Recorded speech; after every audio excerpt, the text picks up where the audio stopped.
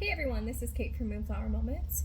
So I'm going to do a video response to Coyote Tarot's reintroduction to my tarot channel. It's kind of a bit of a reintroduction to myself too, and I felt like this was a good opportunity for me to reintroduce myself, reintroduce my channel, because I have probably answered all of these questions in one way, shape, or form throughout like the entirety of my YouTube videos, but I've never really had like a succinct video introducing myself. And so I thought this would be a good idea for anyone that is a new viewer or someone that is like a sporadic watcher. I personally have a lot of like sporadic watching TarotTube habits. And so I find these kind of videos to be very beneficial, like when I have 200 people that I'm subscribed to, just to kind of get a feel for who they are and like what kind of content they produce. So with that being said, all of these questions are divided into 4 subgroups. The first one being the basics, the second one being like deck preferences, third one being my tarot practice and some general statements about it, and then my fourth one being like my opinions and thoughts about YouTube and TarotTube as a whole. So I'm going to go ahead and get started with the basics. The first question is my location and where I'm from, and I think that's pretty well known. I am from South Louisiana, and I don't know if I can make a video not sharing that because my tarot practice is really based in nature. And so at the end of the day, I work a lot with native like flora and fauna. And so I do reference like my home state quite a bit. And I have a lot of love for it, even though it has like a lot of problems, like a whole litany of problems, a whole laundry list of problems. I think at the end of the day, like you have to commit to the place that you have chosen to be. And I think that I really choose to be here with purpose in mind. So I am from South Louisiana. So the second question is how I came up with my YouTube name. So I wanted to keep something that was a little bit more generic, so that way I had an opportunity for it to be a space where I express myself creatively without being kind of tied to tarot. Even though I am someone that probably is always going to read tarot, I wanted to have like a space where I could evolve and grow and shift and change, and I'm really happy that I decided to do that because like even my name preference has changed since I started this video. I used to prefer Katie, now I prefer Kate. But I essentially came up with this name because after a very long year of living in Alabama with my husband, both of us came back to this state and we're in a really rough place. And one of our fish died. You can see that I have a fish tank back there. And we really do cherish like all of our pets. And we have like a special affinity towards this particular fish. I know it kind of sounds crazy, but y'all with me. And she died on a Pisces full moon. So we decided to honor her by planting a moon garden where she was buried. And one of the things that we put in there was moonflowers. And so on the anniversary of our first marriage, we were really trying to spend a lot of like quality time together and kind of reconnect after a really like deeply traumatizing year for both of us. And like we cooked like a rack of lamb, which is like my favorite food. We split a bottle of port. And around 11:55, I was like, you know what? I feel like the moonflowers are about to bloom. And I don't know what like put me onto that other than like I guess intuition, because I hadn't walked outside in the garden in a couple of days to see if they were blooming. And as soon as we walked outside, it was like right around midnight, and we actually got to witness one of the blooms open together. And it was one of the first flowers that had bloomed in our garden. So we thought it was a really beautiful like remembrance to the pet we had lost, but also it was a moment for us to come back together on like a really special date, which was our anniversary, and just remember to cherish the present moment together. And that's always what I'm trying to do. I'm trying to live with purpose. I'm trying to cherish the present moment at all times. And so I felt like it, because it's like a fundamental part of my philosophy and it's so innately connected to someone that loves me and supports me, and it's also open enough to where I can evolve, it just felt like the right name for me. So that's how I got my YouTube name. So the next question is, how long have I been reading? I've been reading for about 3.5 years, and reading for others kind of in that time, I think for probably about 2 years, around there. And I got into reading because a dear friend of mine was doing like free Instagram readings during the year I was in Alabama. And I'd like to say that tarot kind of found me. It was something that I had experienced before. Like I had like 1 or 2 kind of readings before that were like smaller and a little bit like less significant. So I was kind of like aware of it. But when my friend pulled cards for me, it felt like the message just kind of like cut deeply through me. And so I asked her, you know, what can I do if I'm interested in this? And she told me to get a deck that resonated with me, not only because it was like a deck that I could learn from, but a deck that genuinely had subject matter I was interested in. And so I definitely picked Tarot Botanical, which is always here on my side. I've shown this a lot on my channel. Oh, look, I'll show like 2 cards. It is a pip deck. There we go, with illustrated majors. And I found the artwork to be very evocative, but it also paired tarot with nature, which we had already stated kind of was like in general one of my big like life philosophies is like learning about nature and kind of being like an amateur ecologist. And so I think from the very first time that I ever read, I knew it was going to be an important thing for me. And I actually took a picture of the first reading that I ever did, and I'm so glad I did. I cherished it because when I pulled for the first time, it was like Queen of Pentacles. And I just felt like I had someone there like holding me and supporting me and loving me through a really difficult time. So I think tarot found me, and it found me about halfway through living in Alabama when I was kind of at my darkest point. And the second half of it was significantly better because I all of a sudden had this tool to help me navigate. So I read for others. I feel like I just answered that earlier. Maybe I kind of skipped ahead, but I do read for others. And on my tarot, back up, Katie, back up. On my Instagram channel, I have a spot like on the stories where I actually have my price list. I also have it in my link tree, which I have linked on my tarot tube channel. I don't know why that was so hard for me to say, but I have like my prices listed in a couple different spots. So with that being said, I do read for others. I love to read from others. I'm basically always accepting new clients, especially during the summer. I have a lot of extra time during the summer because I am a teacher to read for others, and that usually is the best time to reach me if you're looking for a reading because I have a very short turnaround during those times. All right, now let's get into decks. So do I work with Oracle and Tarot? I do actually, but I feel like I read Oracle and Tarot together because of TarotTube. Because when I first started reading, I used to do a lot more like Tarot on Tarot, and I really love like the expansiveness of this, and I really love the fact that Tarot was a system that I could learn all of these different layers with, and kind of like it felt rooted and it felt very like real. And I'm not saying that Oracle is not real. It's just I really liked the rootedness of like a structure that had been passed from years to years to years.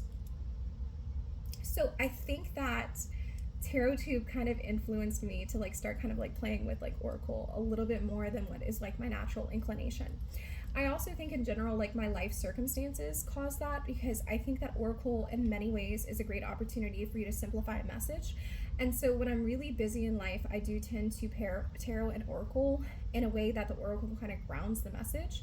So I think it's a little bit of like an influence with like TarotTube, as well as like kind of influence of like what I need in life.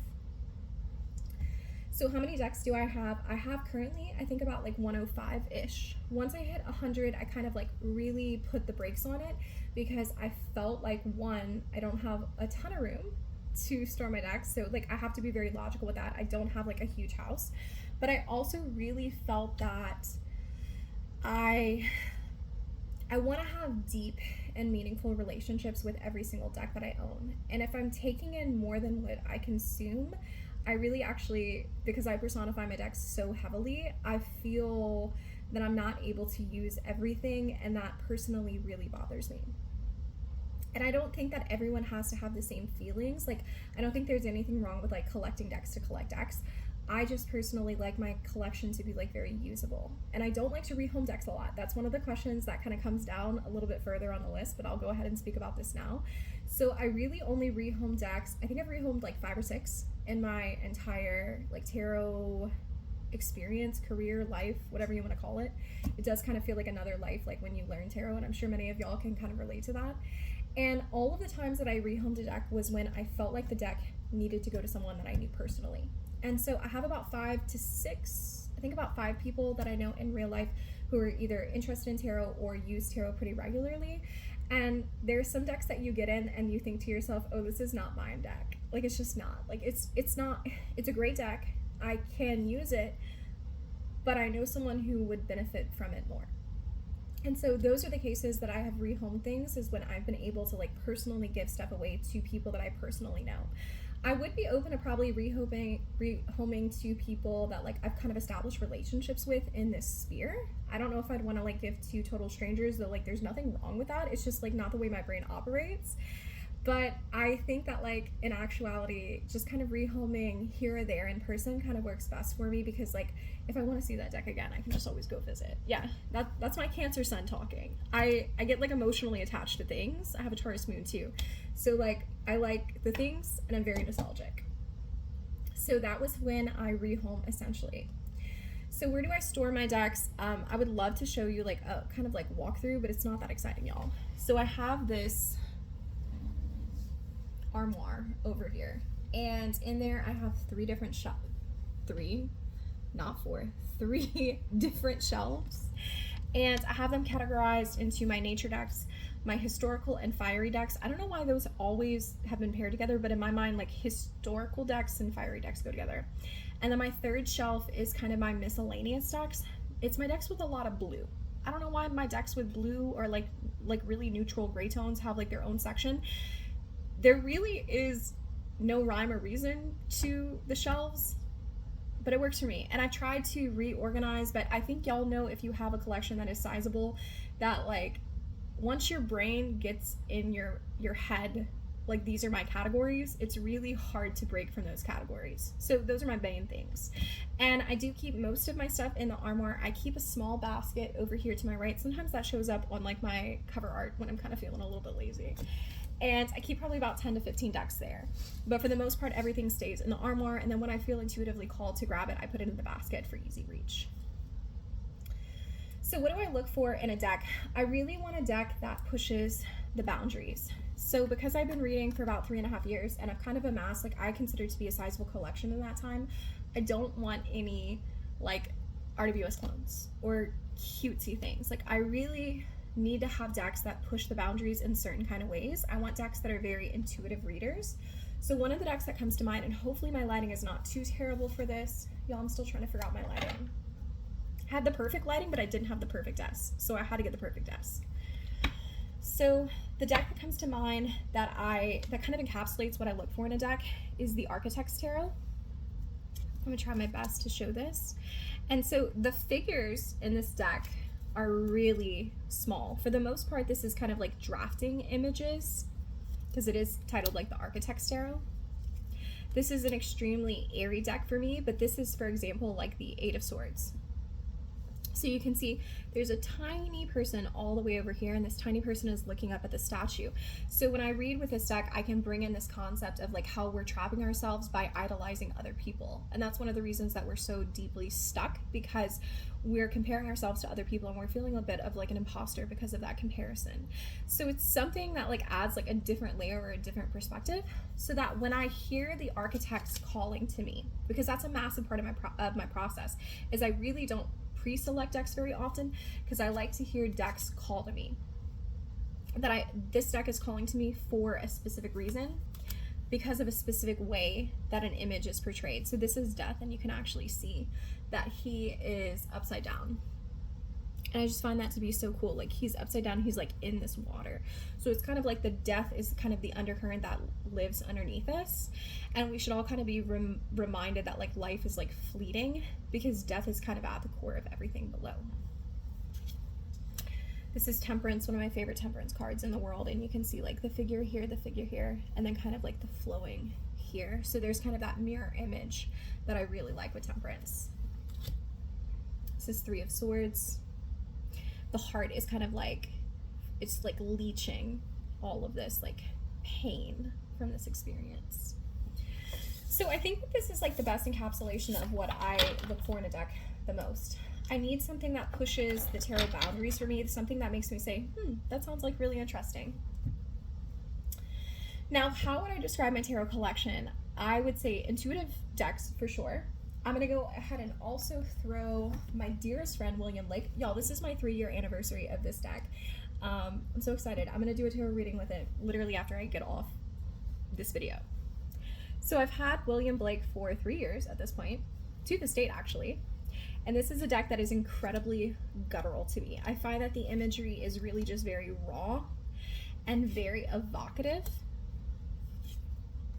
Oh, I love this. I love this so much. So I love like the gutturalness of this. Look at that, the experience for the Chariot. It has quite a lot of fire. I do consider this to be like my ultimate Aries deck. Look at that, the prophecy. And I love the 10 of like wands being prophecy, because it really shows that you're kind of like overburdened by like the prophetic like visions. So like the concept, because I think of wands oftentimes as like spirituality. That's one of the key phrases that I have with it. And so of course it makes sense that you're like overburdened with like this prophecy, like it's too much for you to handle, and so you sit here kind of kneeling and receiving the message, but you don't know what to do with it. I don't know, I love that. It's like, it's different. Look at my lightning, which is the Tower. I mean, absolutely fucking so guttural. Like, what the fuck is going on with this image? It never fails that every time I'm trying to show this deck, this image comes up, and it's my least favorite card. Whatever, I mean, rock one, my dude. I love it. I love this one. So things that are very guttural. I'm also a massive, huge, super huge fan of pip decks. And I just realized that the pip deck I want to show you, my phone is currently balancing on. So 1 second. Okay, so hopefully that didn't mess up the image too bad. So one of the pip decks that I've really been vibing with so much right now is my Tarot of Trees. This is a hell of a versatile reader.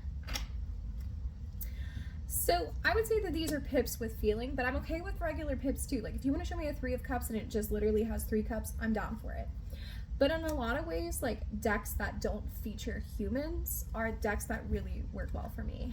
I do have like a deep connection with nature, and so to me, when I see this gorgeous like Queen of Pentacles and how she is hovering over this pentacle and she's protecting it, I do have a tree in my yard. Her name is Queenie, and I always think about the way that like she literally goes, she like grows like this, but it looks like she's kind of like trying to tilt towards this way, and then she does like a full turn to reach for the sunlight.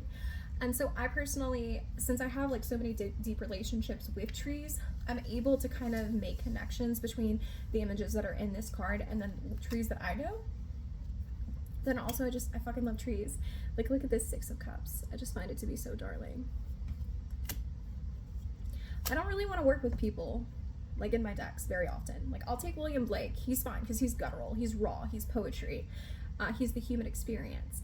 But for the most part, I mean, if I'm reading about trees and for trees, and I'm doing a lot of nature-based shit, I want to engage with the beings that are non-human. I see the humans every day. I'm a teacher. I want to engage with the beings that are non-human. There's this cute little meme, and this is Temperance, and it's like this cow that's like scratching its head on a tree, and like it says like, I want to triple my time with trees, and my husband and I like quote it to each other all the time. And there's Ace of Cups. Sorry, King of Cups. I'll stop there because that's actually my signifier.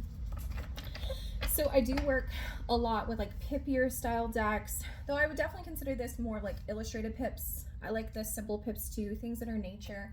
And I really feel like that's incredibly like representative of my deck collection. I do have like a few historical decks like here and there, but for the most part, I really like decks that like either push my boundaries with like my intuition, or change the tarot meeting up, or things that reinforce my relationship with nature overall. All right, so with that being said, what is my go-to tarot oracle? Well, currently, this is my go-to tarot, the Tarot of Trees. But I do want to show you what it pairs like. And this is the Prairie Majesty Oracle, right here. So watch, let's see if I can do this. Oh, here we go. I got like a whole system here, y'all. It is so hard for me to film this way. Well, what we got going on? Let me see. 9 of Cups. I keep putting my fingers on it. I'm sorry, y'all.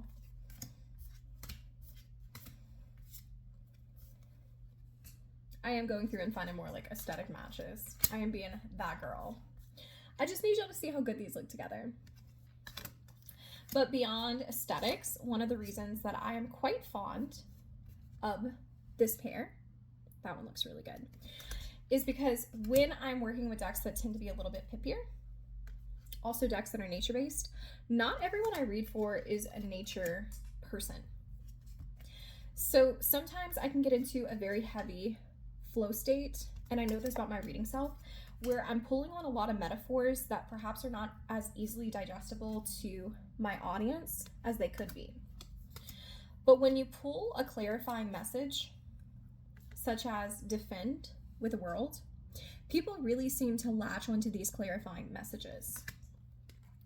And so I end up having like the perfect balance between what the client needs, which is this clarifying message, and then also a question for them to do like deeper work, but also like a deck that really resonates with the imagery that I prefer.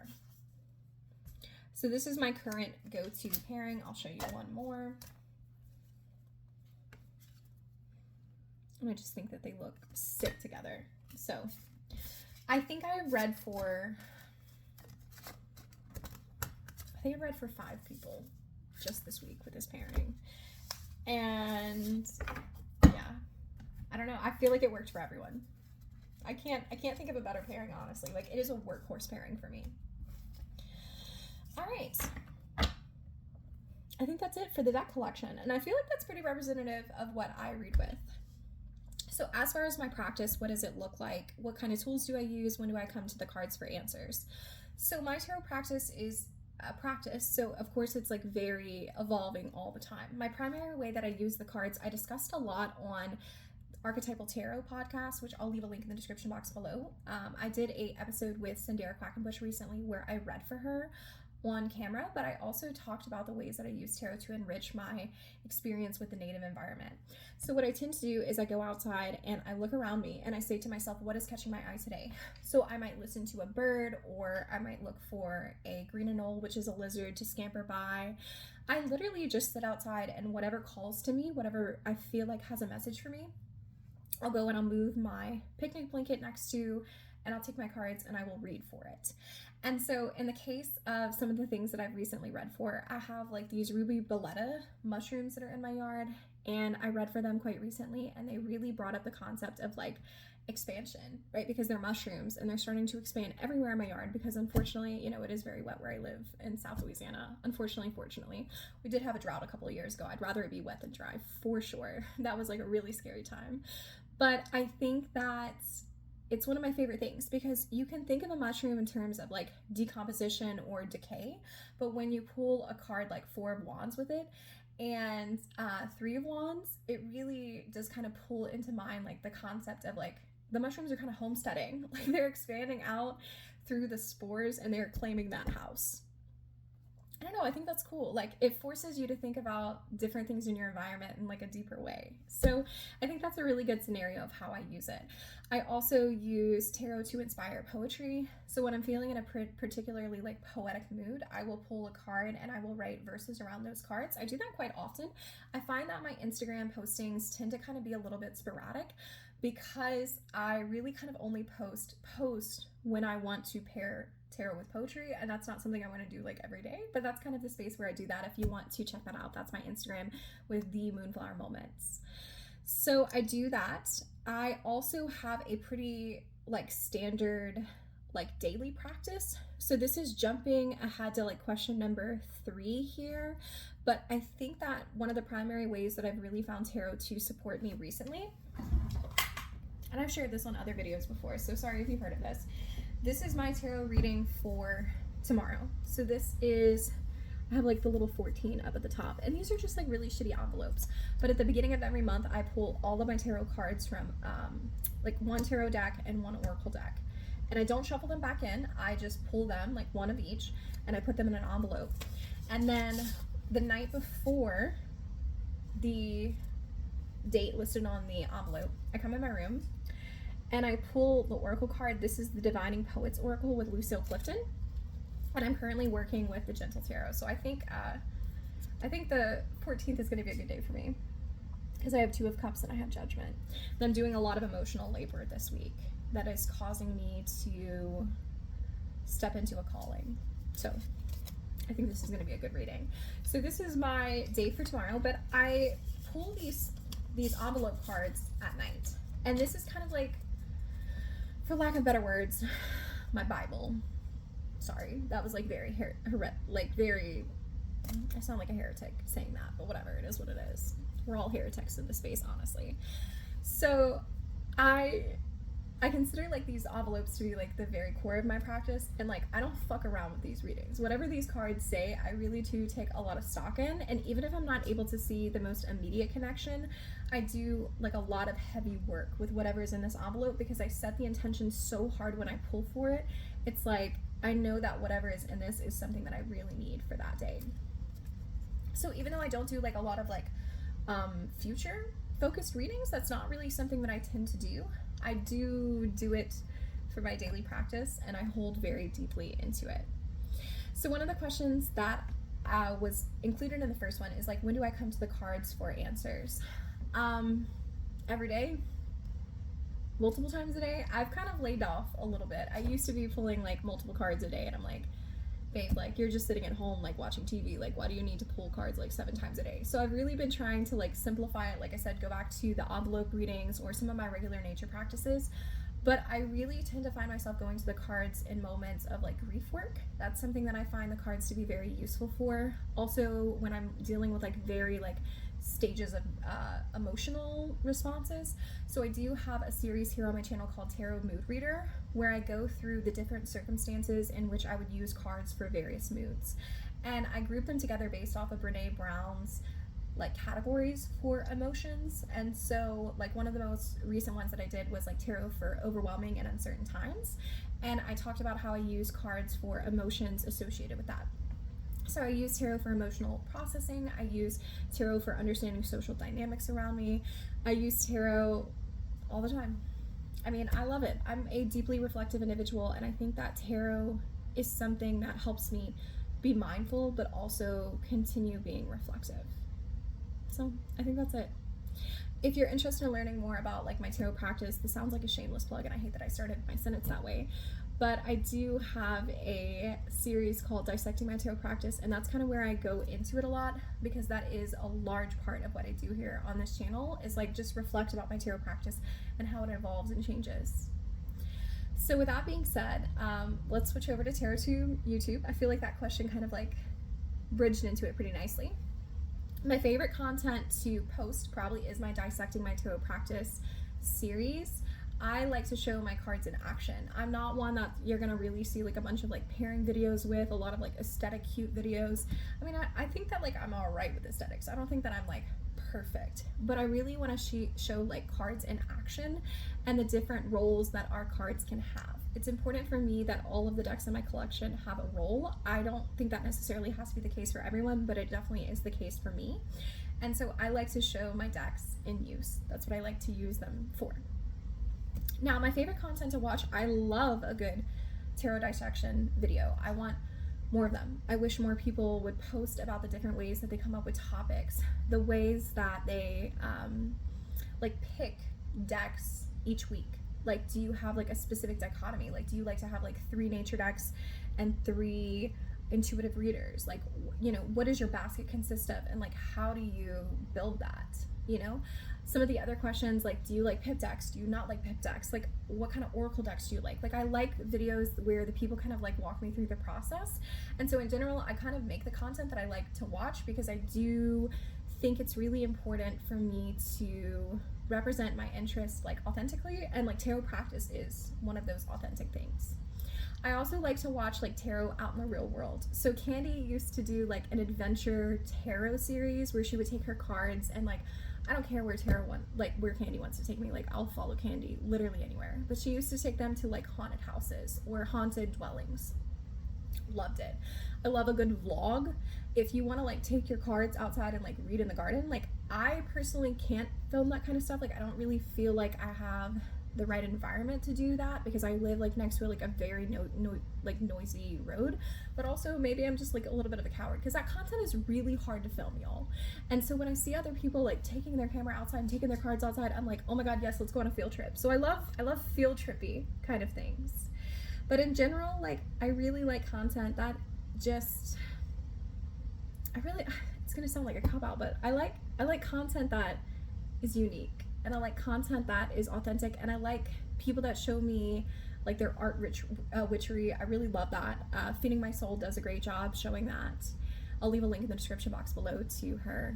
I I don't know. I think that's it. I feel like that was like a sufficient answer for that.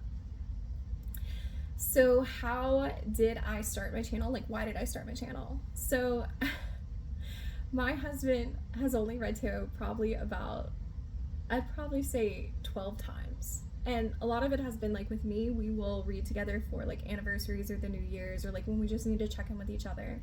But he does have like a deeply like prophetic line that runs both through like his mom's side as well as his dad's side. So I think he's like, intuitively, he's very easily able to like pick up on things. But I guess I started my tarot tube channel when I realized that he had only pulled cards like 3 times in his life, and he happened to fucking know the meanings of like all 78 of the cards because I talked about it that much. And like, shout out to him for listening, because I would not listen to that. Like, I don't know why he listens to my hyperfixation other than the fact he loves me, but that's crazy to me. So I was like, okay, that's cool that you know randomly what the Hanged Man is. Like, because he does. And he doesn't just know, like, the basic meanings, but he knows, like, the nuanced meanings, and he's able to have, like, discussions about them. And I was like, I kind of feel bad for, like, talking your ears off so much. I really kind of need to build a community around me, or just to find community around me that is interested in this stuff, so you can, like, stop hearing me yap. And so I definitely think that that was the biggest starting point for me, is like when I realized that he knew all of the cards, I was like, I need to get some tarot friends. So that's what happened. And I think that's primarily one of the things that I'm here to do, is connect with other people. I've always had that in my bio. I always will have that in my bio. Like, I don't know, I love when people reach out. So yeah, let's talk about tarot. So the last question is, knowing what I know now, is there anything that I would do differently?